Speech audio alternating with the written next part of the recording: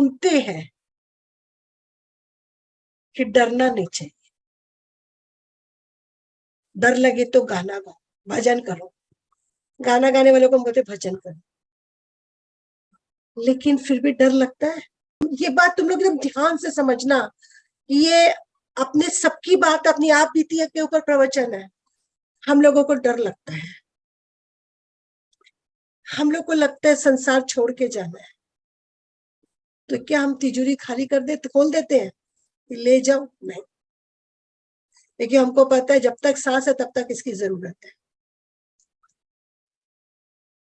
हम लोग सोचते हैं, सुनते हैं भगवान के साथ ही जीवन जीवन है, बाकी जीवन व्यर्थ है, लेकिन हम क्या सारे दिन भगवान के साथ जी सकते हैं? सच है। देखो, सब सुन रहे हैं, हम लोग, हर एक जीवात्मा सत्संग सुन रही है। जो सुन रहा है वो है बुद्धि। बुद्धि सारी बात सुन रही है, समझ रही है, सुन भी रही है, समझ भी रही है। सत्संग करना चाहिए, सुन ली, भय नहीं लगना चाहिए, सुन ली, देना ही पाना, सुन ली, आदत आदत से दूर हो, सब समझ गई, बुद्धि एकदम समझ गई।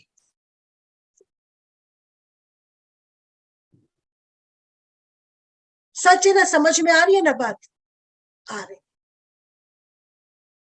अब क्या होता है ना, बुद्धि के 9 लेयर है, दिमाग के 9 लेयर है।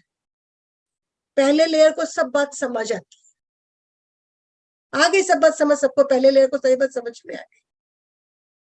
गुस्सा नहीं करना चाहिए, लड़ाई झगड़ा नहीं करनी चाहिए, तेरी मेरी नहीं करनी चाहिए, झूठ नहीं बोलना चाहिए, सत्संग करना चाहिए, भयगत होना चाहिए, प्रभु ही रखवाला है, काली काली रात में रोशनी सी आई है, जिसने भी प्रभु को भजा उसको रोशनी, सारी बात हम लोग समझ रहे। इसके ऊपर एक बात सुनाते हैं, एक एक करके बात सुनते जाएंगे, समझते जाएंगे। एक घर है, घर घर के बाहर वॉचमैन है, अंदर से वॉचमैन क्या घर के बाहर बैठा है, अंदर से मालिक आता है, बहुत गुस्से में आता है और गेट खोल के बहुत जोर जोर झगड़ा करता है दूसरे आदमियों से। और वॉचमैन खड़ा खड़ा देखता है, मालिक अंदर से आया है और बहुत जोर जोर झगड़ा कर रहा है, बहुत जोर जोर गुस्सा कर रहा है, लड़ाई झगड़ा कर रहा है और चला गया अंदर। और बाहर जो आदमी खड़े हैं वो वॉचमैन को समझा रहे, ये बात अच्छा नहीं है, झगड़ा नहीं करना चाहिए, झगड़ा करना बुरी बात है, वॉचमैन को समझा रहे। और वॉचमैन जो है वो समझ रहा है, वॉचमैन ने झगड़ा भी नहीं किया, लेकिन वॉचमैन को सब डांट रहे हैं, वॉचमैन को समझा रहे, वॉचमैन समझ भी रहा है। और जब वॉचमैन को समझा के दूसरा आदमी चला जाता है तो वॉचमैन अपने मालिक के पांव भी पड़ता है, क्योंकि मालिक की नौकरी खाता है तो मालिक के ही पांव पकड़ता है। कहानी समझ में आ रही है? वॉचमैन है अंदर, हाँ, अंदर से मालिक आता है, बाहर झगड़ा करता है, बाहर वाले मालिक को वॉचमैन को समझाते हैं झगड़ा नहीं करना चाहिए, झगड़ा करना बुरी बात है, झगड़ा क्यों करता है, जबकि वॉचमैन झगड़ा भी नहीं करता, वॉचमैन भी समझता है झगड़ा करना बुरी बात है। और वो बाहर वाले जब चले जाते तो वॉचमैन अपने मालिक का ही पांव पकड़ता है, लेकिन वो मालिक की नौकरी खाता है। ये वॉचमैन कौन है? हमारी बुद्धि का ऊपरी सतह, जो सब समझता है, लेकिन जब भीतर से गुस्सा आता है और वो गुस्सा करके चले जाता है, गुस्सा आदमी कर देता है, सामने वाले से झगड़ लेता है, तो हम देखते हैं बुद्धि को सब दिख रहा है लेकिन वो कुछ कर नहीं सकती, क्योंकि वो नौकर है। और भीतर से गुस्सा आया और हम व्यक्त करते हैं, भीतर से लालच आया और हम शॉपिंग कर लिए, और भीतर से हमको क्रोध आया, हम क्रोध कर लिए, निंदा आई, हम निंदा कर लिए। ये जो भीतर से आता है और आपकी बुद्धि बाहर से सब समझती है, ये दोनों का फर्क आप लोग को समझ में आता है? तो हमको एक बात आप लोग ये समझिए कि हमने आपको इतना प्रशिक्षण दिया, इतनी शिक्षा दी, लेकिन क्रोध आया कि नहीं आया, गुस्सा आता है कि नहीं आता है? अपमान होता तो जी जलता है कि नहीं जलता है? विवेक नहीं मिलता, जहां न्याय नहीं होता वहां क्रोध आता है कि नहीं आता है? तो ये जो चीज भीतर से बार बार आ रही है, ये आप लोग को समझ में आ रहा है कि इतना सत्संग के बाद भी हम तो उसी जगह पर हैं। अरे 20 साल हो गया सत्संग करते, 30 साल हो गया सत्संग करते, हम जगह पर तो वही है। ये बातें आप लोग समझिए, हम आप लोग को एक अच्छा प्रवचन दे रहे हैं। हम 3-4 दिन से चिंतन मनन करें, मेरा भयंकर सर दुख रहा, फिर भी हम सोचे कि चलो अपने यहाँ साथियों से बात करते, शायद उनकी दुआओं से हमारा सर ठीक हो जाए। तो हमारा भीतर वाला तो गुस्सा भी करता है,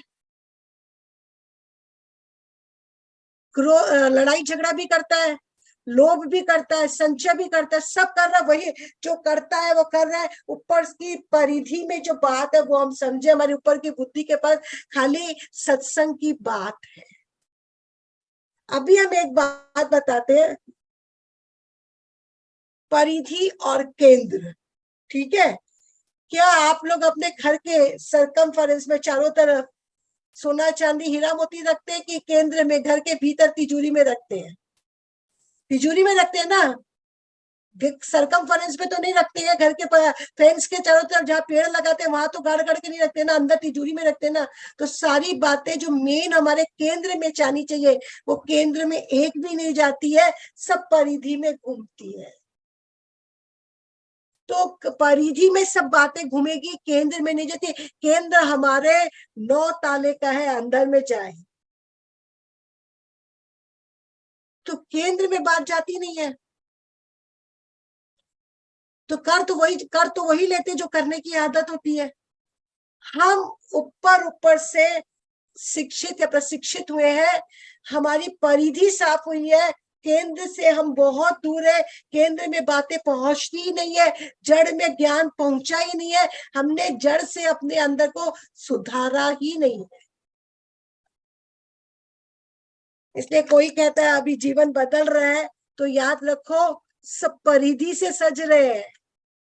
बोलते ना भाई जमीन ले लिया, चारों तरफ ईटा की दीवार लगा दिए कि जगह हमारी हो गई है, बस ऐसे ही चारों तरफ ईटा की दीवार लगा के एक ताला लगा के राजी हो रहे हैं, हम सत्संग कर रहे हैं, हमको सत्संग आ रहा है, हमने दीवार लगा दी है, पोजीशन मिल गई है, लैंड के पेपर आ गए हैं, अपना गेट लगा के ताला लगा दिया, कोई कब्जा नहीं कर सकता है। ऐसे हम लोगों ने भी अपने चारों तरफ कुछ फेंस लगा के और एक ताला लगा के राजी हो रहे कि अब तो जगत अंदर आ नहीं सकता है, अब तो कोई हमारी जगह हड़प नहीं सकता है, अब तो कोई हमको धर्म से पदच्युत कर नहीं सकता है। ऐसे कर करके हम लोगों ने सिर्फ परिधि को ठीक किया है, केंद्र तक हम लोग कोई पहुंचते ही नहीं। प्रॉब्लम क्या होता है कि हम लोग को सुनते ही बात समझ में आ जाती है। अब समझ के ऊपर आप लोग एक कहानी सुनाते हैं, अच्छे से समझिए। समझ कैसे है ना, एक गुरु रहते हैं, उनके पास एक शिष्य आता है, सच की बात है, सच की बात। तो वो उसको गुरु को मालूम है परिधि और केंद्र की बात मालूम है कि केंद्र तक बात जाने में बहुत वक्त लगता है, तो हर एक को सिखाते हैं, सबको बात समझ में आ जाती है, चले जाते हैं। बोलती है नहीं समझ में आया, तो गुरु उसको फिर समझाते हैं, बोले अच्छा घर जाओ, आ गया समझ में? तो कुछ बोलती नहीं, बोलती देखते हैं घर जाके चिंतन मनन करके कल बताते हैं। तो दूसरे दिन वो विद्यार्थी फिर गुरु के पास आके बोलते हैं हमको नहीं आया समझ। फिर गुरु उसको पढ़ाते वही बात समझाते हैं, और समझ में आया, बोला मैं कल बताता हूँ आके। वो फिर आ जाता है कल, बोला नहीं समझ में आया, और गुरु उसको वापस वहीं से शुरू कर देते बताना। ऐसे करके 15-20 दिन रहते। तो एक आदमी जो देखता है ये शिष्य रोज आता है, रोज गुरु इसको बताते हैं, या तो ये गुरु पागल है या ये शिष्य पागल है, रोज एक ही बात की दोनों चर्चा करते हैं। तो वो शिष्य को बोलता है अभी तू है ना कल से इधर आएगा तो देख लेना हमसे बुरा नहीं होगा। लेकिन वो फिर आता है, 4 दिन बाद वो शिष्य नहीं आता है, तो गुरु उसके घर जाते हैं, बोले तू आया नहीं? बोला मेरे को समझ में आया। 4 दिन 50 दिन तक एक बात मेरे को समझ में आएगा। जिस दिन उसको समझ में आ गया था उस दिन वो शिष्य शिष्य नहीं था, वो गुरु जैसा हो गया था,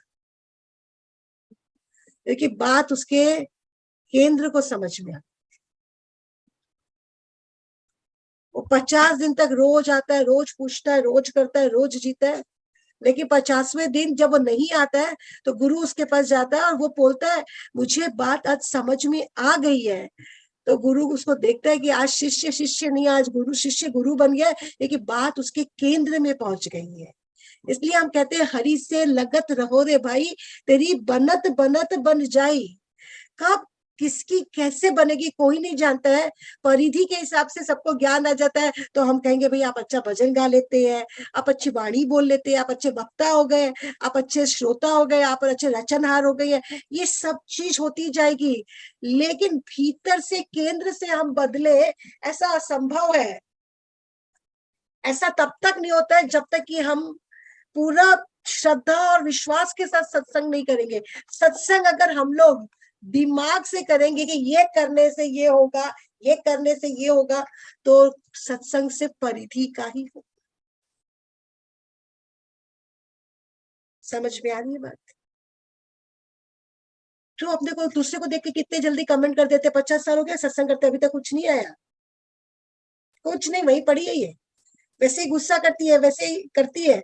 लेकिन सच ये है कि केंद्र में पहुंचने के लिए बहुत बड़ी शरणागति की जरूरत होती है, दिमाग की जरूरत नहीं है, शरणागति की जरूरत है। और हम कैसे शरणागति कर सकते हैं? हम ले ही नहीं सकते, क्योंकि हमारा हमारा दिमाग जो है वो हमको शरणागति कहने से लेने देगा। वो तो खुद गुरु बन के बैठा है, उसके तो खुद अहंकार इतना है, तो वो कैसे शरणागति लेगा? वो थोड़ा शरणागति ले सकता है। हम शरणागति नहीं लेते हैं, हमारा अहंकार हमको मिटने नहीं देता है। अगर अहंकार मिट जाएगा तो प्रश्न खत्म हो जाएंगे।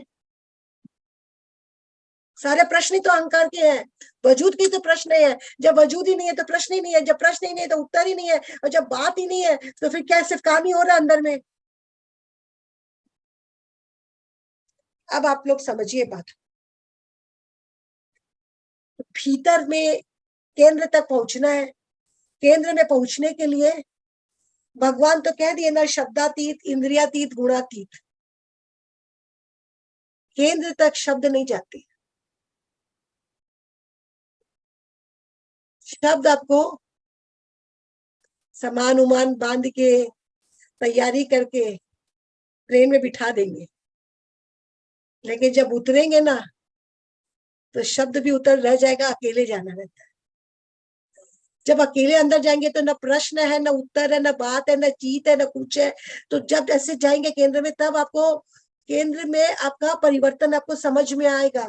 लेकिन हम लोग तो केंद्र में कोई गया नहीं है ना, तो हमारा जीवन तो बदला नहीं है। बदले बदले से सरकार नजर आते, ये एक तरह का मतलब झूठ है। हमको भीतर जाने के लिए, केंद्र तक पहुंचने के लिए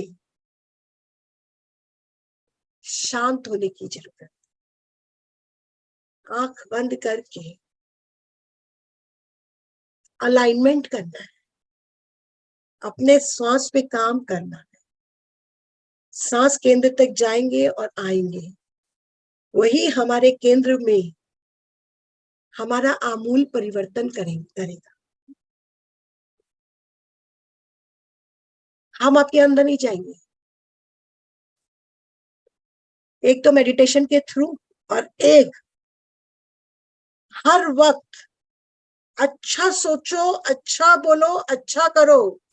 कब अच्छा आपके अंदर उतर जाएगा, जड़ में पहुंच जाएगा, आपको पता नहीं चलेगा। पत्ते में पानी देने से पेड़ नहाया धोया लगेगा, लेकिन उसके पास लाइफ रहेगी कि नहीं रहेगी कोई मालूम नहीं है।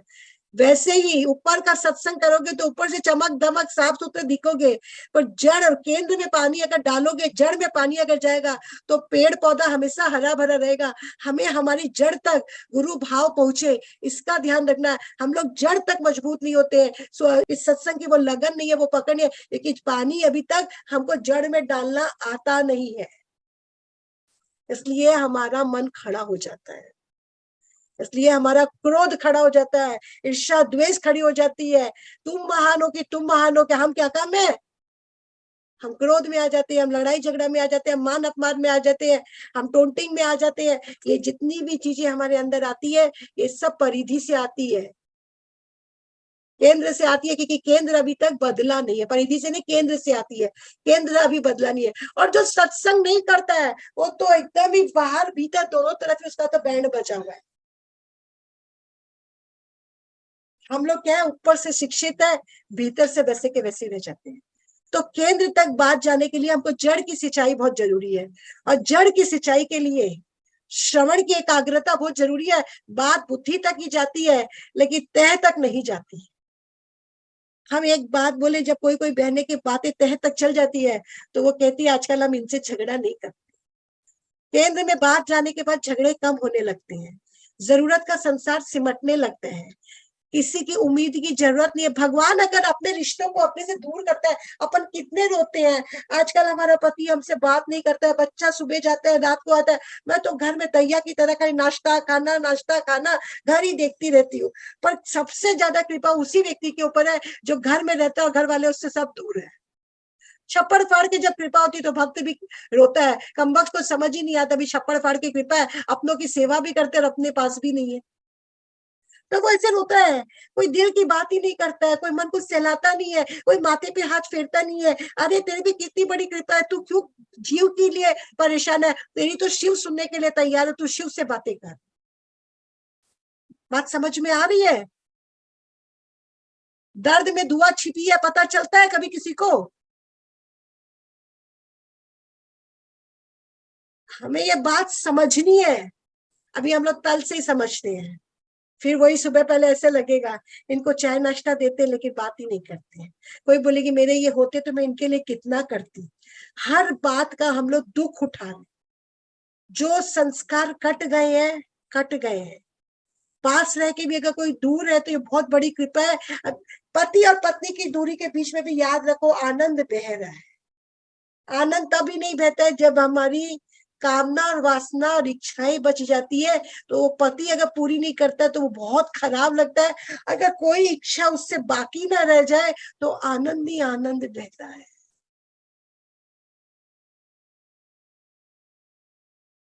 हमें हमारे जड़ को सींचना है। ऊपर ऊपर के पत्तों को जो सींचते हैं, ऊपर ऊपर की जो बातें सुनते हैं, हम ऊपरी सत्संगी बन जाते हैं, हम गहरे सत्संगी नहीं बन पाते, क्योंकि करने जाते थे कुछ कर बैठते कुछ, क्योंकि हमारे अंदर में जो बात जानी चाहिए वो जाती ही नहीं है। देखो, एक बहुत अच्छी बात समझो। एक आदमी बहुत अच्छा है, सत्संग में बैठता है, सुन रहा है कि ब्रह्मचर्य का पालन करना चाहिए, एक निष्ठ होना चाहिए, एक ही पत्नी रखना चाहिए, पराई स्त्री पर नजर नहीं डालनी चाहिए, सब आदमी ये बात जानते हैं। पर जब वासना जग जाती है तो कुकर्म करते हैं कि नहीं? जो कुकर्म करता है क्या उसके पास ज्ञान है कि नहीं है? है। लेकिन जो अंदर से वासना जगती है वो उस पर भारी पड़ती है ज्ञान पर, तो वो वही करता है जो उसकी वासना कराती है। ठीक ऐसे ही भीतर से जो चीज उठती है उसमें हमारा बस नहीं चलता, और हम वही करते हैं जो हमारी करने की आदत होती है। सत्संग, अगर चोर को पता है चोरी करना बुरी बात है, लेकिन पता है, लेकिन करता वो चोरी है। ये जो भीतर से जो संस्कार जगते हैं, हमारे कितना भी सुना हुआ सत्संग वो फीका पड़ जाता है, हम वही कर जाते हैं जो हमें करने की आदत। जिस दिन आपका सत्संग आपको यहां से रोक पाए, उस दिन आप भगवान को धन्यवाद देना। आज हम अपनी एक बहुत प्राइवेट बात आप लोग के साथ शेयर करते हैं, ईमानदारी के साथ धर्म में बैठकर। हम जिस दिन हमारे बाबा को देखे थे, हमारे हस्बैंड बहुत अल्कोहलिक थे, हम लोग के बीच में कोई फिजिकल रिलेशन था ही नहीं। हमने हमारे बाबा को देख के बोला कि एक कृपा हम पर कर दे तू, इस वासना से हमको मुक्त कर दे। हमारा भगवान मेरे सामने बैठा है। हमको सत्संग करते 22-23 साल हो गए। जिस दिन से हम भगवान को ये प्रार्थना किए थे, आज तक भगवान के अलावा हमको कोई छू नहीं सका। पहली प्रार्थना में मेरी अर्जी कबूल हो गई।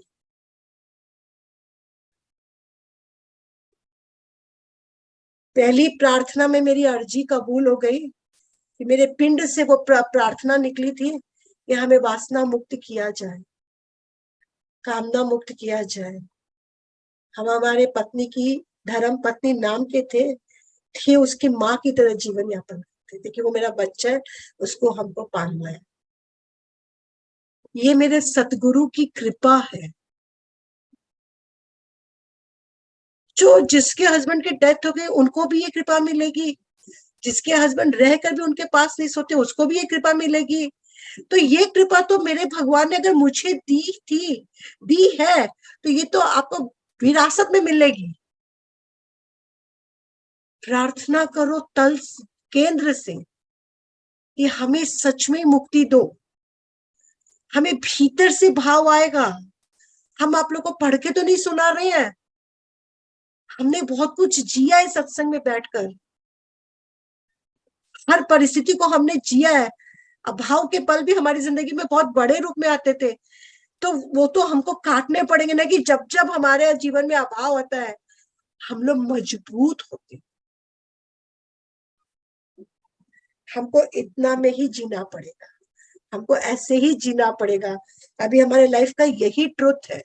तब हम ये थोड़ी ना बोलेंगे मेरे दादा के 100 किलो सोना हमारे घर की घोड़ी पहनती थी और आज हमको 50,000 में चलाना पड़ेगा करके हम रोएंगे कि आज की परिस्थिति के साथ जिएंगे। सत्संग हमको, अगर हम लोग ठीक से करते हैं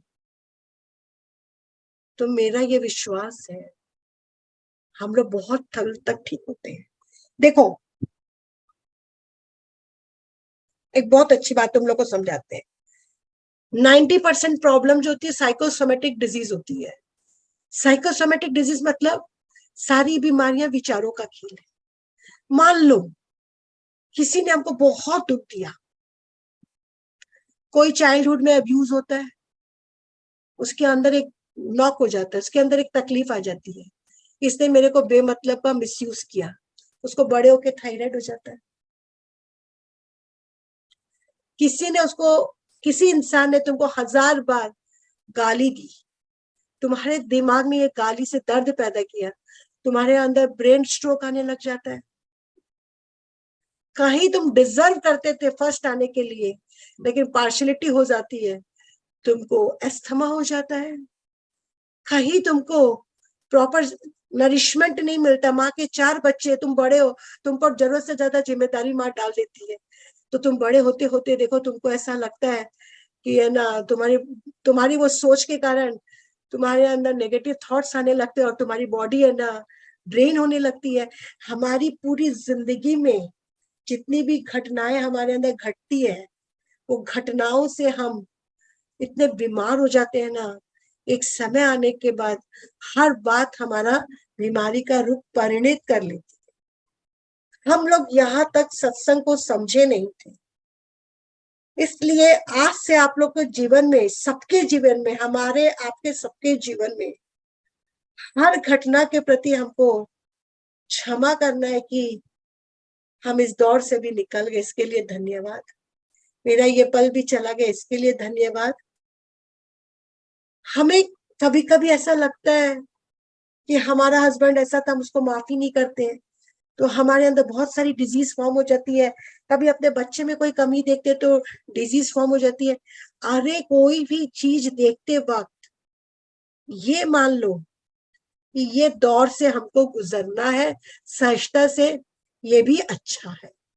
अगर दिमाग से ये उपज की ये खेती शुरू हो जाए कि जो हो रहा वही मेरे लिए अच्छा है, जो हुआ वही मेरे लिए अच्छा हुआ, और जो होगा वही मेरे लिए अच्छा, जो हुआ वो मेरे लिए अच्छा नहीं है, हमको लगता है हमारे लिए अच्छा नहीं है, क्योंकि हमारे पास उस वक्त गुरु नहीं था, उस वक्त ज्ञान नहीं था, उस वक्त कोई समझाने वाला नहीं था। इसलिए ब्रेन की प्रोग्रामिंग में हमने सारी बातों को नेगेटिव कॉलम में डाल दिया था, इसलिए हमारी लाइफ अंदर से नेगेटिव है, ऊपर से पॉजिटिव है।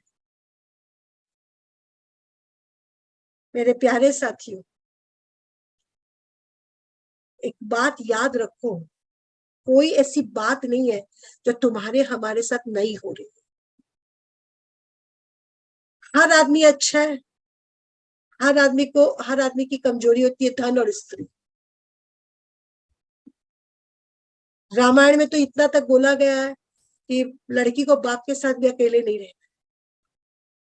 तो ये शास्त्र बोलता है।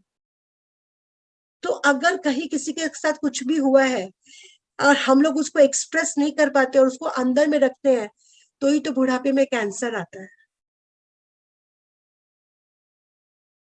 तो ही तो हमारे बहुत सारी प्रॉब्लम्स अंदर आती है। और हम लोगों को बोलना आता नहीं है, क्योंकि हमारे पास वैसे पात्र नहीं होते। अगर हम किसी को कोई बात बोलेंगे, वो तीसरे को फोन करके बोलेगा, अरे तुम उसको तंग मत करो, वो बहुत तकलीफ में, कल ही बात हो रही थी, वो ऐसा बोल रही थी, करके वो तीसरे को पास कर देगा। जो अपनी नहीं रख सकता वो दूसरे की क्या रखेगा। हमें अच्छे फ्रेंड्स मिलते ही नहीं है हमारी लाइफ में, हम लोग हर एक बात को अंदर रख के बीमार होते रहते। और ये ऊपर का सत्संग, ऊपर की चीज हमको भीतर तक ठीक करती नहीं। टीचर वो बोलती है ध्यान से सुनो, ध्यान से सुनने से बात परिधि से केंद्र तक जाएगी। जड़ में पानी अगर पहुंच गया तो हर बीमारी का निदान होगा। और जड़ में अगर बात चली गई, हम आप लोग को हम हमारा सत्संग करने का मकसद निरर्थक विचारों की मुक्ति से है। हम आत्मबोध की बात नहीं कर रहे हैं। हम अभी आत्मबोध के लायक हम लोग कोई नहीं है। अभी तो हमको संसार की समस्याओं में सहज होकर निकलना, और बड़ी से बड़ी गलती में सामने वाले की आंतरिक स्थिति को समझ के उसको क्षमा करना अगर आ जाए तो बहुत बड़ी घटना लगेगी। औरत बार बार पति को बोलती है, हम आपको बोले थे ये काम मत कीजिएगा, ये काम मत कीजिएगा, फिर भी आप ये काम किए, है ना। अपने आदमी को बोलती है ना, हर चीज दान दे आते, हर चीज बांट आते, मत करिए मत करिए मत करिए। वो हर दिन सुनता होगा और ऊपर से बोलता होगा आगे से नहीं करेंगे नहीं करेंगे नहीं करेंगे, लेकिन केंद्र में उसके ध्यान देना लिखा हुआ है, और वो वही करके आता है, रोज औरत से डांट खाता है। तो कोई के केंद्र में दान है तो दान है, कोई के केंद्र में हिंसा है तो हिंसा है। किसी भी आदमी को हम बोलेंगे नौकर दैया को नहीं डांटना चाहिए, बुरी बात है, बोले नहीं एकदम नहीं डांटना चाहिए, ये भी इंसान है, इसके भी तो हृदय, इसके भी तो दिल है। बोलेगा सही बात, लेकिन 5 मिनट बाद वो वही करेगा जो उसके तल के अंदर है, जो उसके केंद्र के अंदर है, वो वही करता है जो उसकी आदत होती है। केंद्र बदलना ही सत्संग की पराकाष्ठा है। केंद्र हम लोग न अपना बदले हैं, और ना उतने ध्यान का सत्संग करते हैं, ना उतनी हृदय में वेदना है, ना उतनी विनती है, ना उतनी प्रार्थना है कि आमूल परिवर्तन के लिए हमारे अंदर तक वो बात जाए। ना हमें वैसा श्रवण आता है, ना वैसी विधा है, ना कुछ है। तभी तो अपन बार बार कृपा के भजन गाते हैं कि कृपा को तुम्हारी मैं समझू, ऐसी मुझ में समझ नहीं है अपने में समझ। वो नहीं जानते हम लोग वो बात, जो बात हम लोग को आनी चाहिए। इसलिए कोई बोलते हैं कि ये गुस्सा किया, तो हमको लगता है वो, अब एक आदमी सारी जिंदगी नेगेटिव लाइफ लीड किया है, और धर्म में भी अगर उसके साथ कोई नेगेटिव करेगा तो वो चिल्लाएगा ज्यादा। वो उन आदमियों से ज्यादा चिल्लाएगा जो नॉर्मल है, क्योंकि उसने जिंदगी भर तो दुखी झेला ही है। यहाँ भी उसको अगर सेकंड पोस्ट मिलेगा तो वो ज्यादा चिल्लाएगा। और अपने लोग क्या बोलेंगे, इसके नाम के आगे लिखो, इसको कोई सत्संग नहीं आता है। नहीं, ये रुग्ण है, ये बीमार है, इसके अंदर यही तो तकलीफ है। जो इसके जड़ में जाएगी तो जड़ साफ हो जाएगी। जब हम लोग हर बच्चे के अंतःकरण को समझने लगेंगे कि यहाँ हमारा ये साथी दुख पाया इसलिए ऐसा है, यहाँ ये कष्ट पाया इसलिए अकेला है, यहाँ ये इसलिए चिल्लाता है, यहाँ ये इसलिए सिमटा हुआ है, यहाँ ये इसलिए पर्दे के पीछे रहता है। अगर हम लोग जब तक मन मानस सबका समझेंगे नहीं, क्या करुणा की नदी बहेगी? हाँ? क्या प्यार के बादल बरसेंगे? क्या धरा तप तृप्त होएगी? क्या प्यार गुल खिलेंगे हम में से? हमें हम तो सारी जिंदगी बाहर बाहर जी लेते हैं, केंद्र में जाना ही नहीं आता है, परिधि में ही जीते हैं, बाहर का रोटी कपड़ा मकान को इम्पोर्टेंस देते हैं, बाहर की लाइफ की वैल्यू समझते हैं, गाड़ी में जा रहे हैं, बड़े शॉपिंग मॉल में कोई फ्रेंड मिल रही है, हाथ में 5-7 बैग है, अरे तो कितना स्टेटस फील होता है, ये देखो कितनी शॉपिंग करके घर जा रहे हैं। हमारी जिंदगी का दिखावा ही गलत है। तो भीतर का सत्संग करना है। अब ये बात आप लोग को समझ में आ गई है कि बाहर और भीतर का सत्संग में क्या होता है ना, हम एक बात बार बार बोलेंगे,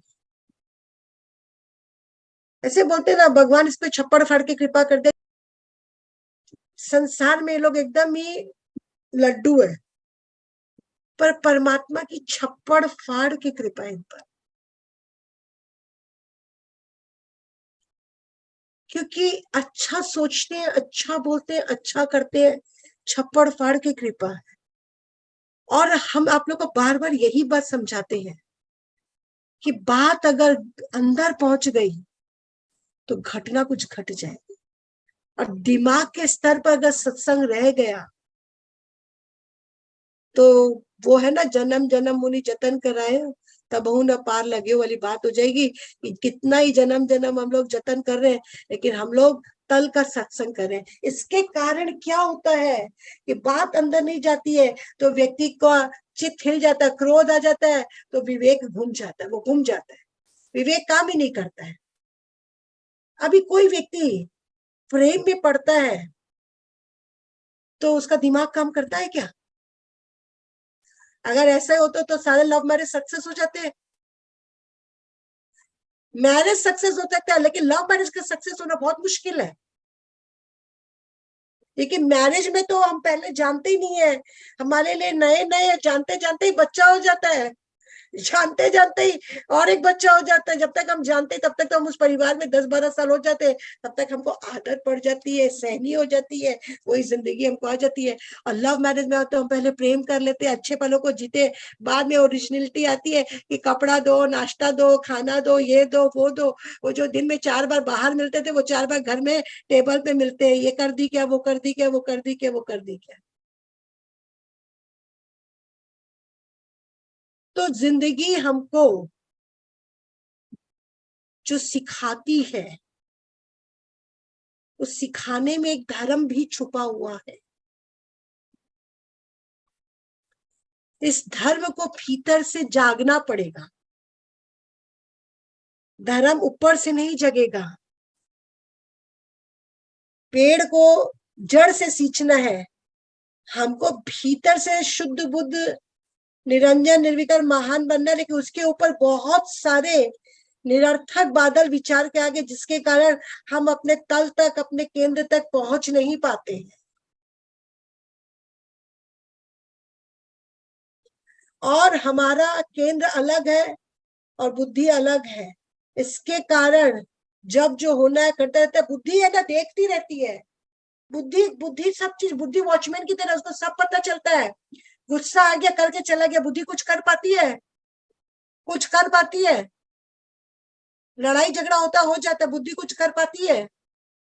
वॉचमैन कुछ कर पाता है जब अंदर से सेठ आके, जो सेठ अंदर से आके झगड़ा करता है, उसको उसको उसको तो कोई समझाता नहीं है। बाहर वाले वॉचमैन को सब समझाते हैं, हम लोग बाहर से, हम सबको जो तुम लोग को सिखा रहे, वो बाहर की बुद्धि को सिखाते, वो तो वॉचमैन की तरह, वो तो समझदार है। अंदर वाला जो आके झगड़ा करके जाता है, अंदर वाला जो आके उपद्रव करके जाता है, अंदर वाला आके जो तेरी मेरी करके जाता है, अंदर वाला आके, उस अंदर वाले तक का तो ज्ञान पहुंचता नहीं है, वो तो वैसे का वैसे ही रह गया ना। तो हमें अपने जीवन में इस बात का पता लगाना है कि सत्संग केंद्र तक गया नहीं है, सत्संग परिधि में घूम रहा है, परिधि से अच्छे हो रहे, घटना के दरमियान हम वही कर जाते हैं जो हमारी आदत। सब बात समझो, व्यक्ति को गलत साबित नहीं करना है। व्यक्ति के आगे कोई रिमार्क कोई लिख देता है ना, हमको बहुत दुख होता है। हमारे हर बात मेरे अभिन्न अंग है। इनकी इनकी परवरिश के दरमियान इनको ये ज्ञान ही नहीं था कि तुमको यहाँ जो मिल रहा है ये भी एक स्टाइल है जीने की, इससे तुम्हारा आंतरिक मजबूत होगा। लेकिन हम लोगों का आंतरिक मजबूत होने के बजाय अंतर्मन टूट गया। हम आप लोग को सत्संग के माध्यम से एक भरोसा, एक विश्वास देते हैं। मुझे कुछ भी नहीं आता था और आज भी कुछ नहीं आता है, और हम आज ये बात बार बार कहते हैं। हम पहाड़ जैसी कठिन जिंदगी को जीकर स्वर्ग जैसा आनंद का बोध करते हैं। इसलिए हम बार बार कहते हैं, लेके चलूं कुछ ऐसे गगन के तले, जहां गम भी ना हो, आंसू भी ना हो, बस प्यार ही प्यार पले। ऐसे गगन के तले, ये मेरा विश्वास है, ये अटूट विश्वास है। ये वाणियों के अंदर एक ऐसा प्यार का गम है कि अगर ये उतर जाए भीतर तो गली गली हरि गुण गाने लगी, ऐसी लागी लगन, मीरा हो गई मगन, ऐसी हम सबकी हालत होगी। प्यार में व्यक्ति अंधा होता है, प्यार में बुद्धि का काम नहीं होता है। जब हमने प्यार किया था तो हमारे बॉयफ्रेंड के पॉकेट में 1 रुपया भी नहीं था, लेकिन और मेरे लिए अरबपति घर के लड़कों की लाइन थी, और हमने सब ठुकरा के उस प्यार किया था। आज मुझे इस बात का गुमान है कि ठाकुर ने भी, हमने सब ठुकराया तो आज ठाकुर ने मुझे अपनी ठौर और ठिकाना दिया है, क्योंकि हमने धन के लिए, वैभव के लिए, ऐश्वर्य के लिए नहीं दिया था। हमने जो रिश्ते पकड़े थे वो ईमान धर्म के पकड़े थे। इसलिए मैं कहती हूँ, जो घर में पति को संभाल लेगा उसको परम पिता पति रूप में संभालेगा ही संभालेगा। ये मेरे अपने अनुभव है। उसमें गुण मत देखो, उसमें अवगुण मत देखो। हमें पूजा करनी, हमें करना है। हमारा शिवलिंग छोटा है तो ठीक है, काला है तो ठीक है, मोटा है तो ठीक है, गोरा है तो ठीक है, खंडित है तो ठीक है, हमको हर दिन श्रद्धा सुमन के जल, प्रेम के जल उस पर चढ़ाने हैं। जिस दिन हम आस्था और विश्वास की जिंदगी में कदम रखेंगे कि जो मुझे मिला है इसके पार ही जन्नत है, लेकिन इसमें से प्रेम का दरवाजा खुलेगा तब जा सकते। जब अपने हस्बैंड अपने को बोलेंगे कि तुम भगवान हो, तुम्हारे आने से जिंदगी में जन्नत आई, हम जाने से पहले तुमसे माफी मांगते हैं, तुम नहीं होती तुमको कैसे सदा दे, कैसे तुम्हारा धन्यवाद दे, कैसे तुम्हारे प्रति कृतज्ञता अर्पण करें। याद रखना, दुख शोक संताप परमात्मा हरता है और प्रेम का दरवाजा खुलता है, और सामने हमें शुभ शक्ति हमें मिलती है, लेकिन बुद्धि से नहीं, त्याग से, प्रेम से, श्रद्धा से, विश्वास से, आस्था से, बिना स्वार्थ का सत्कर्म से मिलती है।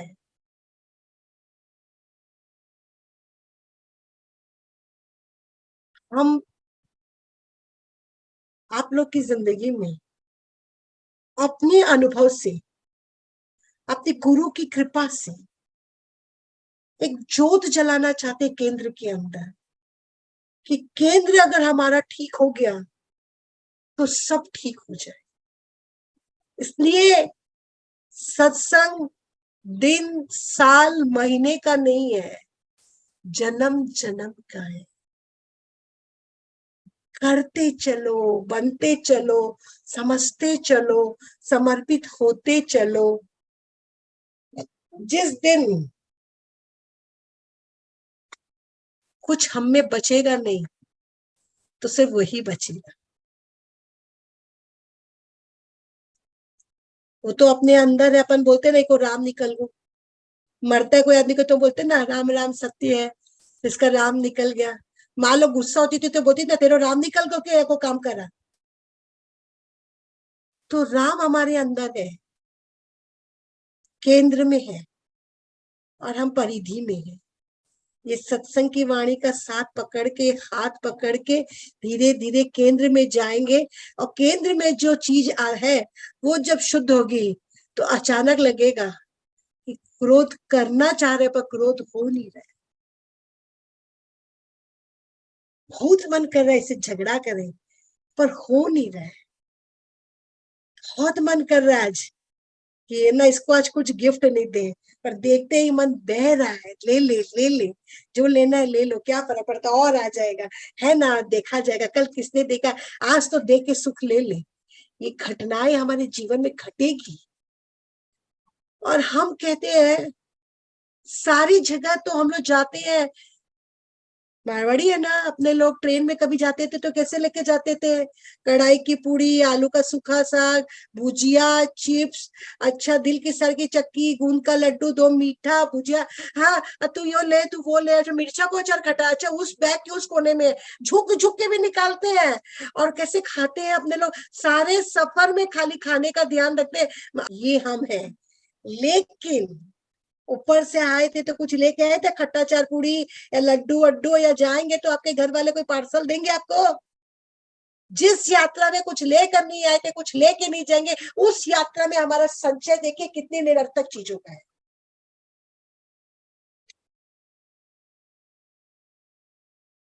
कितनी निरर्थक चीजों का हमने संचय किया है। हमारे केंद्र तक बात जाए, ये दिमाग से नहीं जाएगी। जिस दिन हृदय बहने लगेगा प्रभु प्यार में, उस दिन हर बात अंदर उतरेगी। हर बात पे करुणा, आपको कृतज्ञता अनुभव होगी कि मेरे कान को इतनी सुंदर वाणी मिल रही है, मुझे कोई ये बात कह रहा है, तू चल मेरी राह पर चलकर तो देख, तुझे मैं अनमोल नहीं बना दूं तो कहना, तू मेरा गुणगान करके तो देख, तुझे यशस्वी नहीं बना दूं तो कहना, तू दान करके तो देख, तेरे लिए कुबेर के खजाने नहीं खोल दूं तो कहना।